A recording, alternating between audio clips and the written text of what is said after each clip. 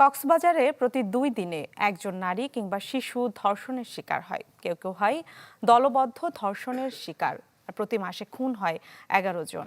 গেল বছরের পরিসংখ্যানে মিলেছে এমন উদ্বেগজনক তথ্য, যা আগের বছরের তুলনায় বেশি। স্থানীয়দের অভিযোগ, পুলিশের সক্রিয় ভূমিকার অভাবে পর্যটন শহরে বেড়েছে অপরাধ, তবে তা মানতে নারাজ পুলিশ। পর্যটন শহর কক্সবাজার, যেখানে পাল্লা দিয়ে বেড়েছে খুন, ধর্ষণ সহ নানা অপরাধ। আগের বছরগুলোর তুলনায় 2025 সালে যা ছিল উদ্বেগজনক। জেলা পুলিশের তথ্য অনুযায়ী 2025 সালে জেলায় খুন হয়েছে 140 জন। এর মধ্যে জানুয়ারি, মার্চ ও এপ্রিল মাসে সবচেয়ে বেশি খুনের ঘটনা ঘটে।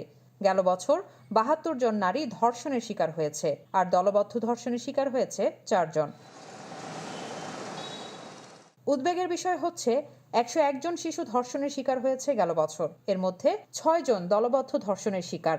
এছাড়া ডাকাতি, দস্যুতা, অস্ত্র উদ্ধার সহ বিভিন্ন আইনে মামলা হয়েছে 4897টি। স্থানীয়দের অভিযোগ, আইনশৃঙ্খলা বাহিনীর কার্যকর ভূমিকার অভাবে বেড়েছে অপরাধ।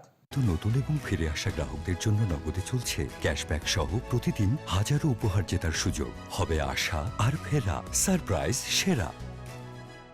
সারা বাংলাদেশের থানাগুলো একসাথে পুড়িয়ে দেওয়ার কারণে এবং অনেকগুলো পুলিশ হত্যা হওয়ার কারণে তারা কিন্তু মানসিকভাবে অনেকটা দুর্বল হয়ে গেছে, যার কারণে যারা চিহ্নিত অপরাধী আছে ওরা জামিন পাওয়ার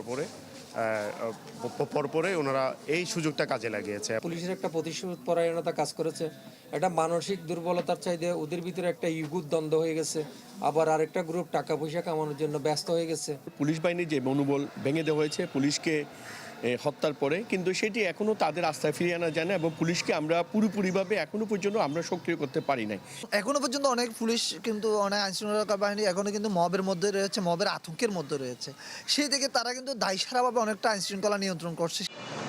তবে পুলিশের দাবি, পরিসংখ্যানের ভিত্তিতে অপরাধ বেশি মনে হলেও বাস্তবে স্বাভাবিক ছিল আইনশৃঙ্খলা পরিস্থিতি। আগে যে সমস্ত ডাকাতিগুলো খুব বেশি হতো আমাদের চকরিয়া কেন্দ্রিক, সেগুলোর পরিমাণ অনেকাংশে কমে এসেছে।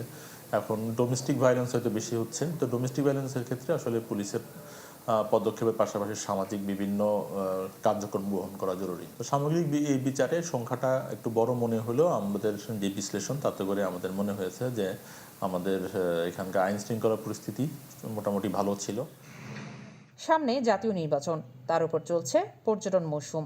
তাই অপরাধ নিয়ন্ত্রণে কঠোর পদক্ষেপ না নিলে জেলার জনজীবন এবং পর্যটন খাতে সার্বিকভাবে নেতিবাচক প্রভাব পড়বে বলে মত স্থানীয়দের। Desk report, channel 24।